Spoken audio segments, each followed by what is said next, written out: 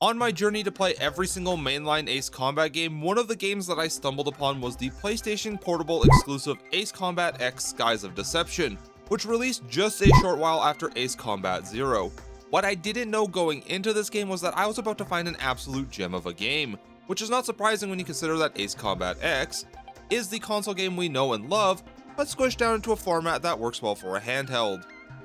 Ace Combat X sold 476,000 copies, which is still great for an Ace Combat game on a handheld. It is also a game that is rather unique, as it doesn't involve the usual set of suspects, with Yuja, North Ossia, Yuktobania, and Belka not even being mentioned by name at all, instead involving the smaller nations in South Ossia, being Aurelia and Leysath. It is also quite a long game for a PSP title, as you'll be playing anywhere from 10 to 17 missions per playthrough, with a grand total of 30 that can be played at any given time. Some important things to mention before we dig into the game is that there was a mobile prequel to Ace Combat X called Ace Combat Psi, Skies of Incursion, that details the beginning of the Aurelian War, the invasion of Aurelia by Leysath, among many other things. I personally could not get footage of the game as it was released on iOS in 2009. Sadly, by March 30th, 2015, the game was removed from the App Store. I could emulate it, but it would be missing a lot of its features and aircraft since a lot of the content was locked behind in-app purchases. The PSP game may also look a little bit better than normal. This is because Super Ostrich, who made the stunning HUD mods for the Holy Trinity, has done a full texture replacement for the PSP title. There's still a small caveat with Ace Combat X, and that is because the game is designed for the PSP, it will be running at 30 FPS. While you can enable cheats for 60 FPS, those codes are still experimental, and I know that the talented modders will be able to get it working eventually, but if I do disable the frame limiter on the game, it will just run at 2x speed and make things very difficult. It also may look like it's in slow motion, but that is just a frame rate mismatch because I record in 60 FPS, so it doubles up every 30 frames. A year prior to the Aurelian War, there was a civil war in Leysath. This followed a massive economical collapse that would create a large-scale civil unrest as the Leysathian government planned to spend more of its capital on arms research and development in an attempt to make a profit by selling weaponry all across Strangereal. During this time, the Federal Republic of Aurelia would begin issuing humanitarian aid to the country of Leysath. Much of this would never reach the people of the country. Instead, the leader of the country, Diego Gaspar Navarro, would divert this aid towards the arms industry, causing even more civil unrest in the country. Navarro would condemn the peaceful nation of Aurelia, stating that they had years of exploitation behind them, and would initiate the invasion of Aurelia by October of 2020. During this time, the Ossian journalist Albert Jeanette would uncover and show that Navarro's true intention was to profit off of the increased arms sales at the end of the Civil War, using the aid sent by Aurelia to fund said arms purchases. In sweeping motions, 95% of Aurelia was taken over by Leysath, while Navarro was holding banquets almost every night at the Gaia's Tower in the Aurelian capital, where he lauded the performance of the heavy command cruiser known as the Gleipnir. This is where the player comes in as Griffiths 1, a captain of the Aurelian Air Force. Your job as the leader of Griffiths' squadron is to push back the Leysath forces out of Aurelia. As with all of the Ace Combat games, we have to take a look at the framing device used for the story.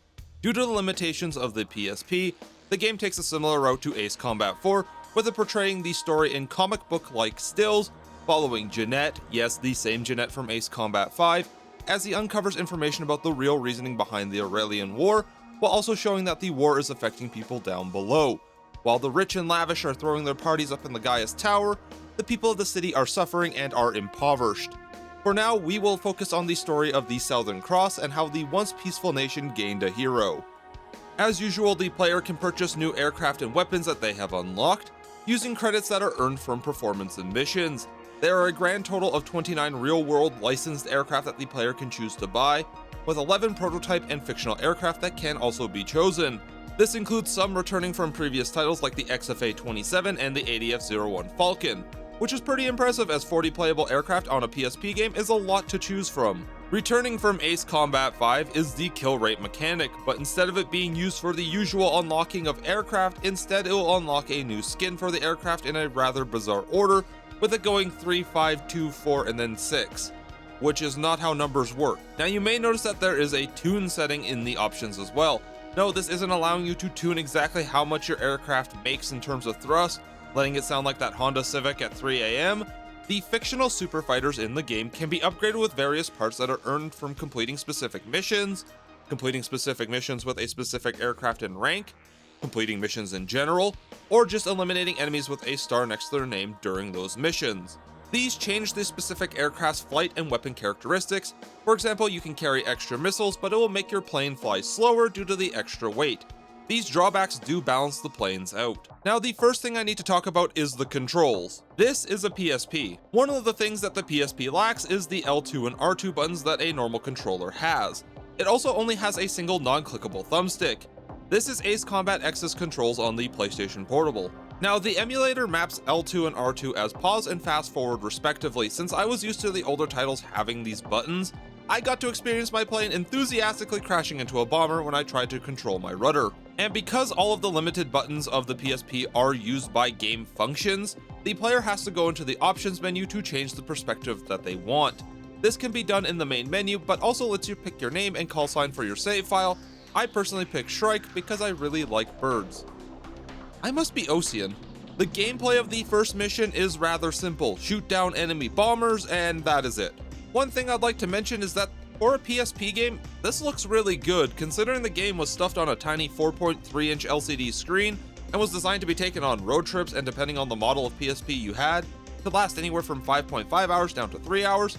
It really looks like Ace Combat 4, and I think that's a testament to the impressive hardware that Sony made for the PSP. Another thing is that compared to the earlier Ace Combat titles, the aircraft feel a lot heavier in Ace Combat X.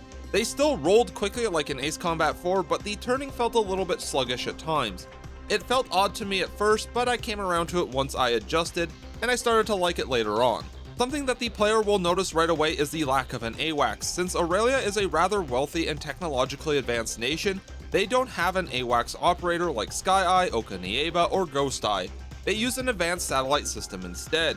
So now we get a mobile radio operator, Eugene Solano, codenamed Crux, and he is just quite relatable in general. He is a young and inexperienced person just doing his best, and that reflects in his voice lines. Okay, let's begin the briefing. Operator Eugene Solano, I'll be keeping you up to date. Show 'em what we got. After all, we're alien pilots. Isn't that right, Captain? Excuse me, Griffith 2. Please use code names during the mission. Understood. You guys have everything by the book. Don't you think, Griffith 1? Throughout a lot of the game, you'll notice that he tries not to break the formal nature of the military, but it's just hard for him to do, and in moments of excitement, he will have little lapses. I really do like him quite a lot. Now that we are done with eradicating the bomber threat, we are just flying peacefully through the air as the mission is completed, preparing to return to base after the sortie, when we get a notification of an incoming projectile coming from an invisible aircraft. We can't do that. Did they just summon fucking Wonder Woman? Oh, that thing's cool. I just shot a missile. Willing to bet anything they got scared and ran away. I've got a reading on radar. Something's coming in at high speed. An explosive. It's a missile. What? Where? Where is it? Answer me now. Eugene! Laguna Plains. The missile's coming from Laguna Plains.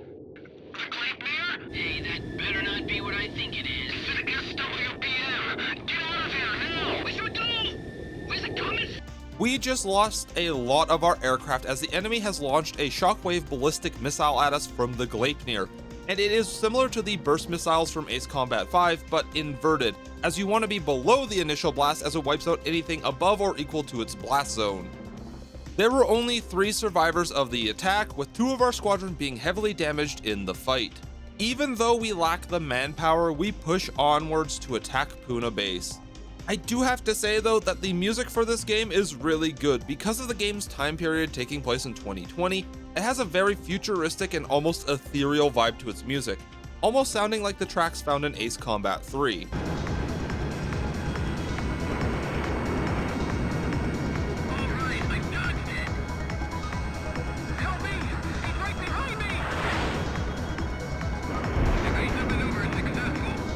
The second mission may have not have been the best choice to show this off, as to some degree it makes me think I am picking my car in an old racing game, but it's still pretty good. The one thing that did make me chuckle just a little bit is the very almost standoffish voice of the warning system in the aircraft. It sounds like one of those cheap TVs you can buy from Walmart when you enable their auditory guidance modes.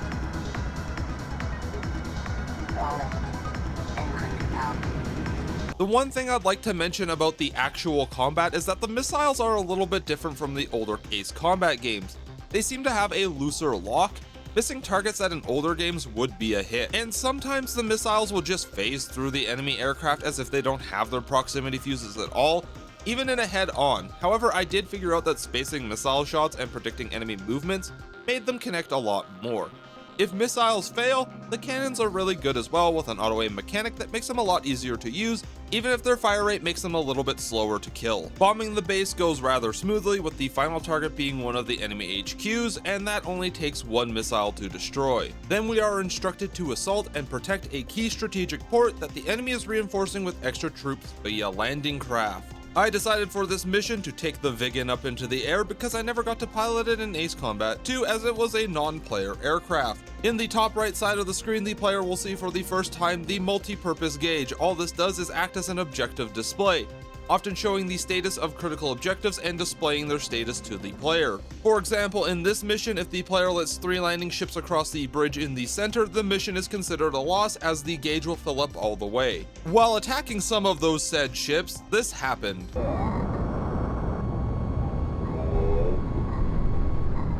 Yeah, the missile this time flew right through the bridge of the ship. In any other Ace Combat game, that would have been a kill. I am starting to believe that these missiles hate me. The rest of the mission goes by really quickly, as once the final landing ship is sunk, the mission is completed. But that marks the end of Mission 3A. Now we will get introduced to a system that makes Ace Combat X stand out from the rest of the others in the franchise. Meet the Strategic AI system, and while it can't write you your next essay, this system is the backbone of the entire mission structure. The game features 30 missions in total, and these are split up into A, B, and C variants. These mission variants are unlocked by choosing certain mission orders to let the map shift around, letting certain events occur in the world. And that is why I mentioned the player can play as little as 10 missions if they beeline straight for the end. To see this system in action, I played as many of these special alternate missions as I could, so let's start by selecting 5A first. The Davis unit is cut off from our main forces in Stand Canyon, and despite the name, I didn't get shot with a golden arrow and gain a stand. So we take one of the fictional superplanes called Apollos, and we are instructed to slow down the enemy advance on the allied position. This mission does feature actual environmental hazards, as there are a set of bridges that span across the tops of the canyon, and they can be destroyed with a single missile. Enemy aircraft sighted. Likely the backup for the ground forces. Don't sweat it. We've got the glacier. Do be careful, as they can kill you, but dropping them will do one of two things: stall the enemy advance so it's easier to pick them off, or destroy them by just absolutely crushing them underneath them. Now, of course, the enemy wants to have the biggest advantage that they can have, so they will shoot SWBMs from the Gleipnir, but as long as you stay towards the bottom of the canyon and not fly above its rim, you should be fine. The screen will shake a lot when they do explode, so be careful with that. It does really make it feel like you are in a YouTube edit. But once the final group is taken out and the evacuation for the Davis unit is confirmed, the mission is now complete. Now, as you can see on the strategic map, the tank in the one part of the map moves to Port Patterson and captures it, unlocking Mission 3B. The cargo aircraft switches to Mission 4's location, unlocking Mission 4B, and Gleipnir moves to Mission 7, unlocking Mission 7B. Mission 3B is extremely easy, unless you are me, because I don't pay attention and I am quite dumb. We had some Super Tomcats, boys. I'ma just drop a bomb there, and drop a bomb there, and drop a bomb there, because apparently there's just anti-aircraft guns everywhere.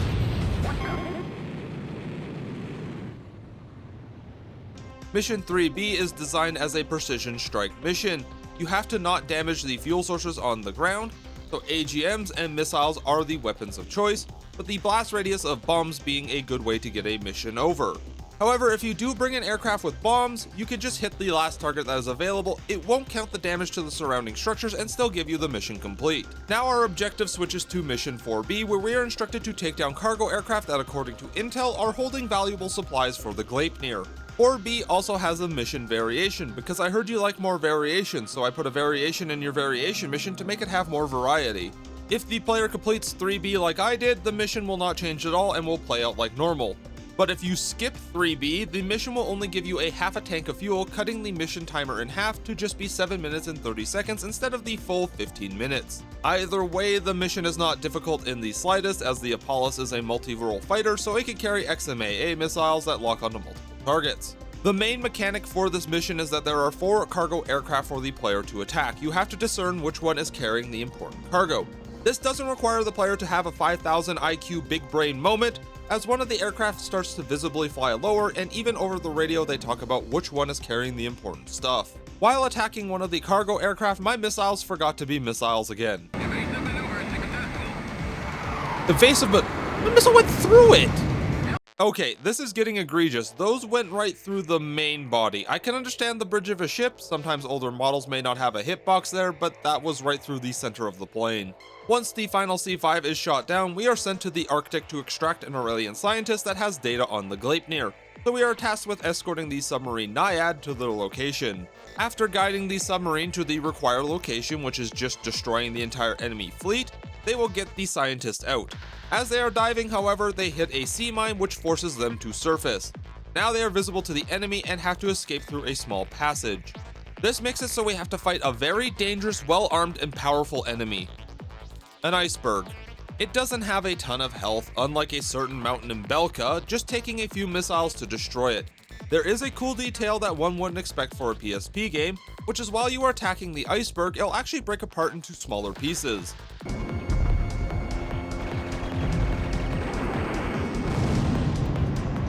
Oh, I like that. That's really cool. You actually get to see it like break apart. Oh, that's wicked. That's a detail in a PSP game. This is a PSP game, not even a... Once the massive, dangerous, well-armed environmental hazard is taken care of, the mission boils down to protecting the submarine from various stealth fighters that have taken off from a nearby airfield.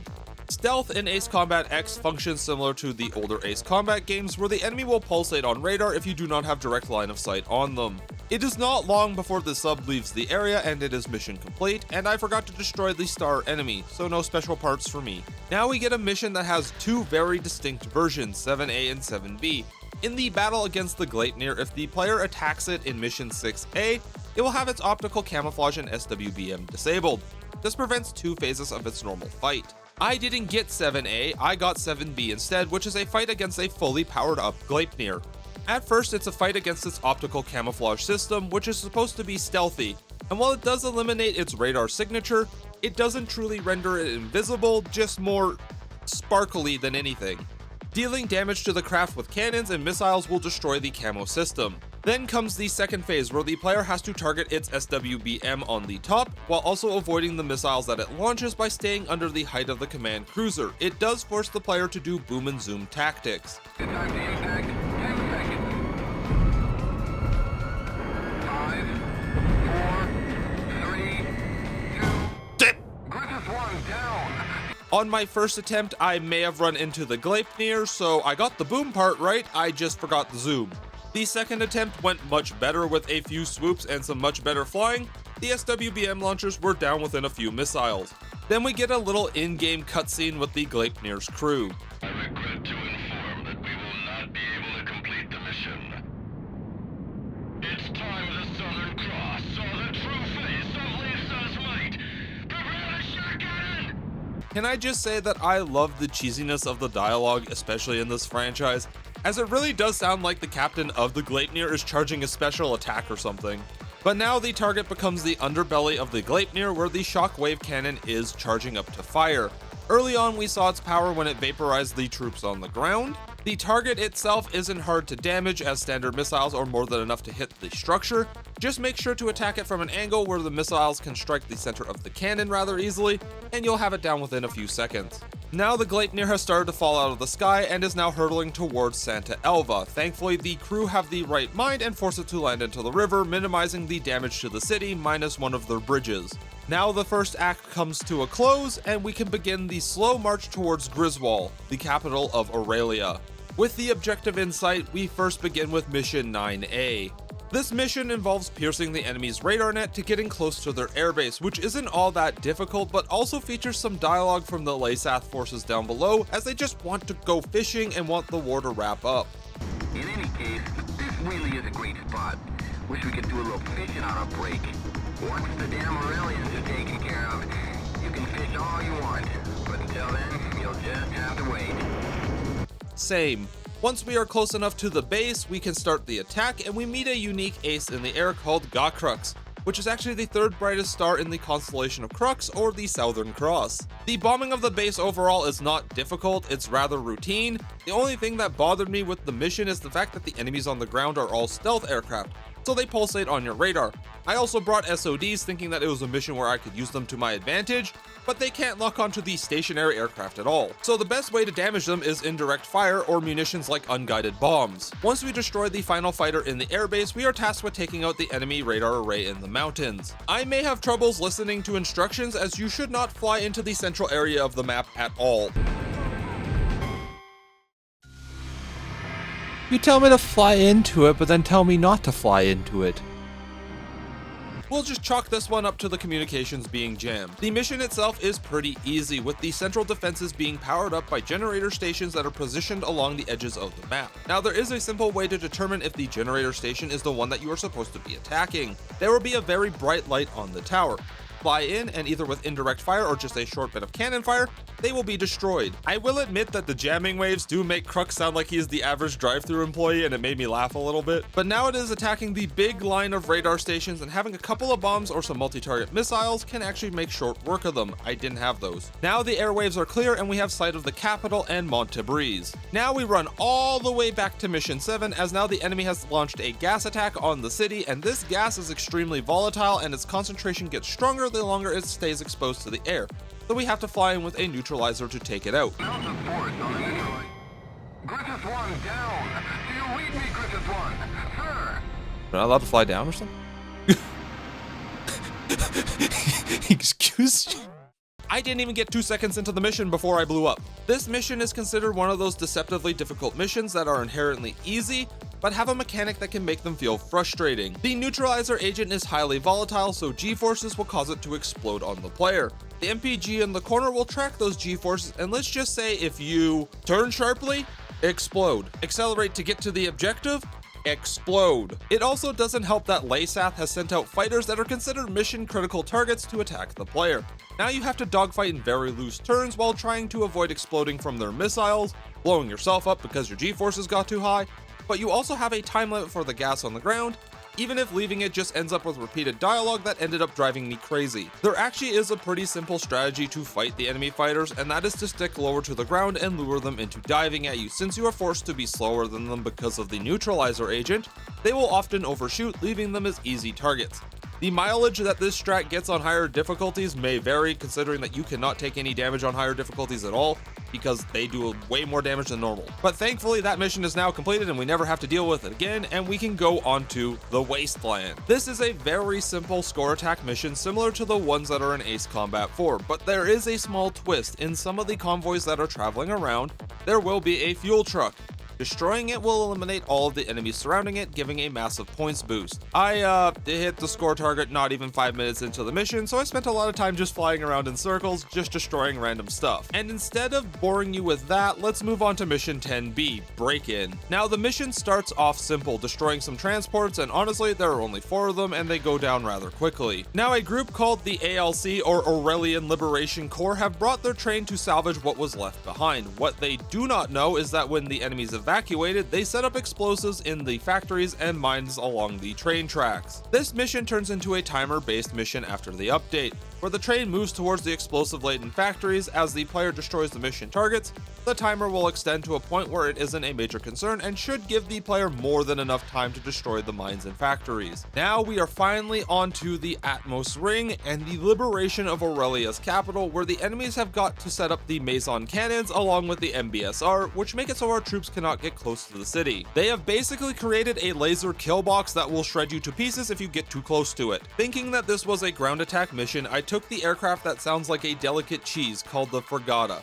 It is a coffin bomber that, while not the fastest, can take a bit of a beating, so I decided to take it. The objective for the mission is to destroy the MBSR and the Maison cannons. If you drop below 600 miles per hour or 960 kilometers per hour, the lasers will track onto you. They can melt through your aircraft if you are not careful.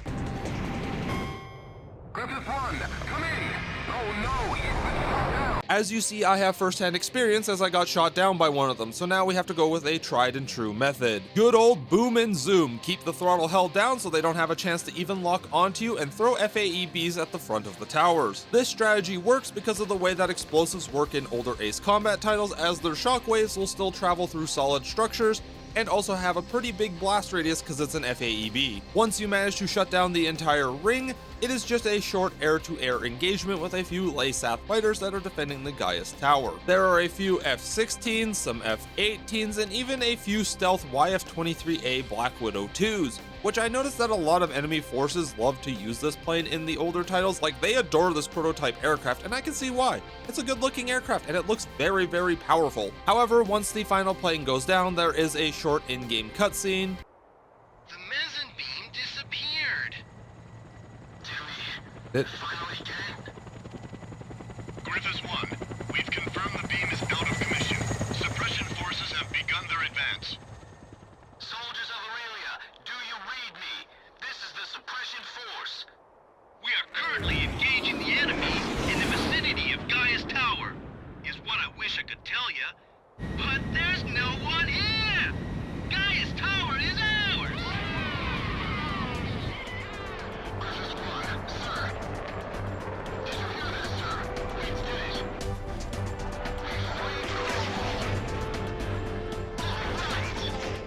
But the story doesn't end there. The capital may be free, but the leader of Lasath has escaped to an area called Archelon Fortress. Stored in the said fortress are not only super weapons, but also an experimental aircraft that we cannot let be used, especially by the Ace Lasath squadron known as Elect. So first, we must take out this elite squadron before they can use the prototype XFA-33 Fenrir, which carries a miniaturized version of the SWBM from the Gleipnir. The fight against them starts out with us in a head-on fight with enemies that aren't even fighters from the Elect squadron at all, they're just somewhere else. This includes Su-37s, MiG-144s, and Gripen Cs, and after a few of them are taken out from the far edge of the map, Elect Squadron will appear in their S-32s, which are stealth aircraft.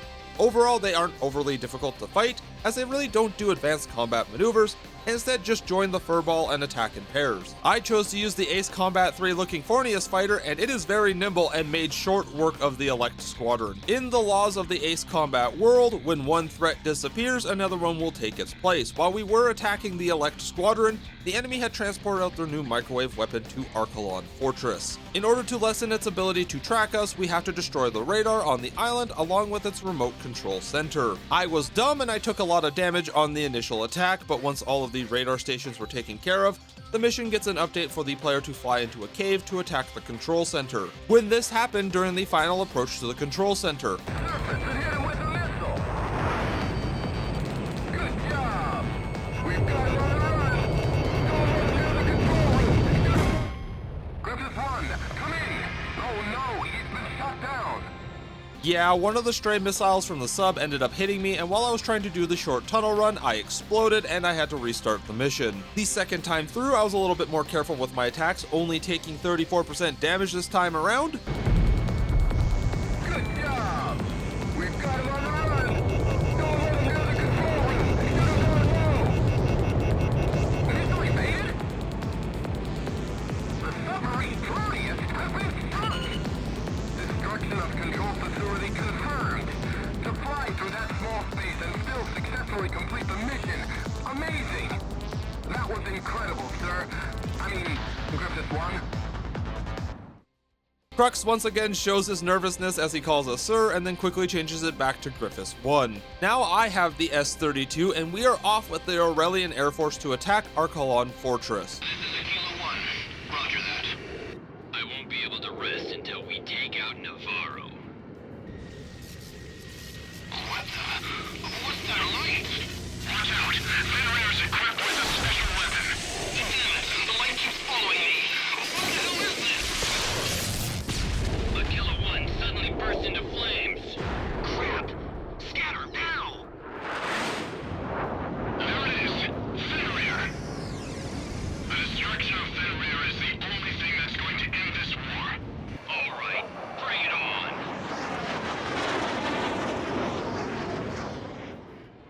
Now this is a two-stage mission, with the first part being an air-to-air engagement with the XFA-33 Fenrir, which has its microwave weapon attached, which was seen in the earlier cutscene. The MFG will display the speed of the player, fly too slow, and the overlapping radio waves of the Fenrir and the Fortress will explode the fuel in your aircraft, instantly killing you. But the Fenrir itself will not make this easy, as it has the same optical camouflage as the Gleipnir, just in orange, making it so unless you are good with cannons, your missiles won't lock onto them until they decide that they want to be visible again. But also, one of the other things is that they fly really slow, so in order to get behind them, you may get locked onto by the microwave weapon.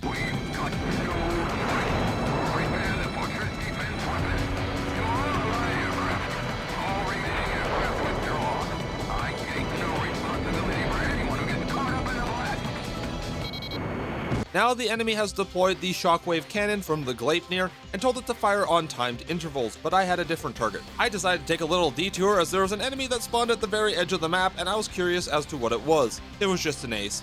I didn't shoot them down, instead letting them live so I could finish the mission. The main target is the same as the Gleipnir. Stay below its height and hit the cannon dead center with your missiles, which is even easier since it is stationary and it isn't connected to a giant ship that can be crashed into. Got it. Didn't take much.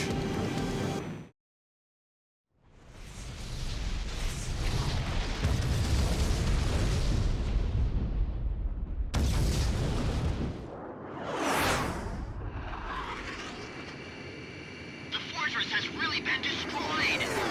He was able to fly his way through those shockwaves. Incredible. You've done it, Grievous 1. I knew our ace could do it. That's the Southern Cross for you. It certainly is. He's Aurelia's hero after all. Crux to Griffiths 1. That was a little too risky, sir. It made me nervous just watching you. It wouldn't feel like a victory if you weren't there to celebrate it with us, sir. When you think about it, you can't help but feel sorry for Laysath's soldiers. They were nothing but pawns in Navarro's sick game. Well, it's finally over, isn't it? Let's head home. To Aurelia. Oh, we fly in the shape of the Southern Cross. Oh, that's cool. Now the war in Aurelia and Laysath is over. The people shown the combat debut of the XFA-33 Fenrir by Navarro turn as they learn that the aid from Aurelia went towards the arms industry. They storm the stadium where it takes place, tear the XF-33 into pieces, and some media states that they even beat Navarro to death. It is now close to Christmas for the region as Jeanette misses his chance to interview us.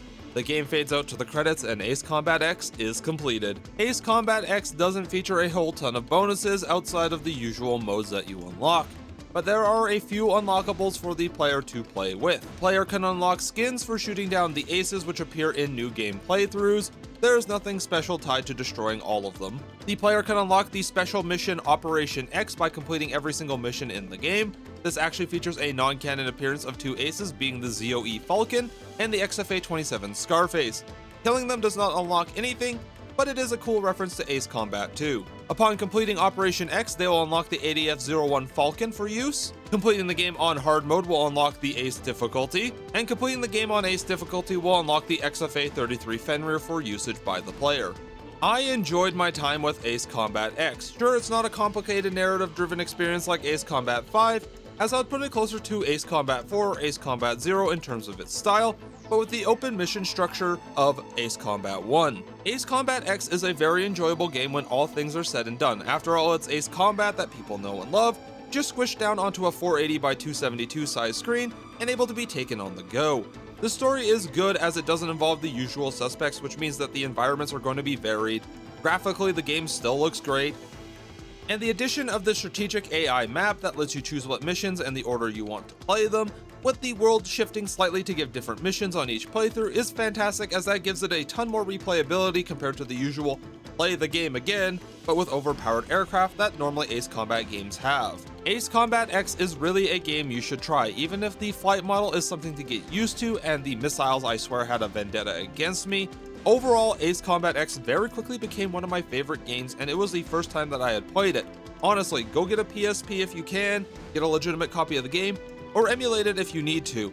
It is really good, and honestly, it just plays like Ace Combat 4 but small. But that is all I have for you today. Thank you all for watching. The support has been amazing on the Ace Combat videos, with so many people sharing new information I never knew, but also sharing their love and passion for a franchise that I hope continues this path upward into the future. So for now, I hope you all stay safe in the air, and remember to fly with the angels, my friends. See you in Ace Combat 6.